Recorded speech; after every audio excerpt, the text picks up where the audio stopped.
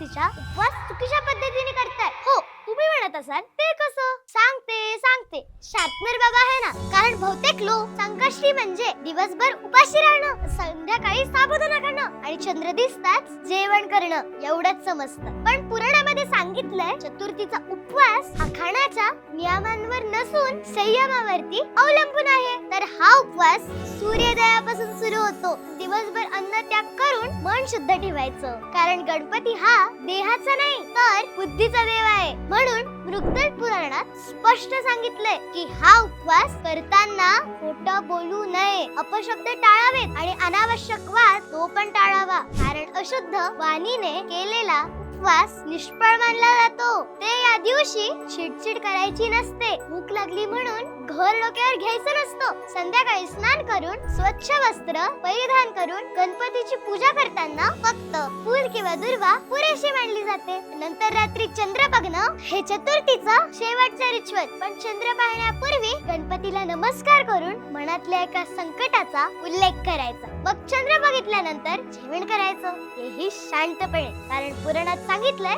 की जसा उपवास सुरू केला तसाच तो समाप्त केला पाहिजे. सेंड करा त्याला ज्याला चतुर्थीच्या उपवासाच्या दिवशी भूक काही कंट्रोल नाही होत.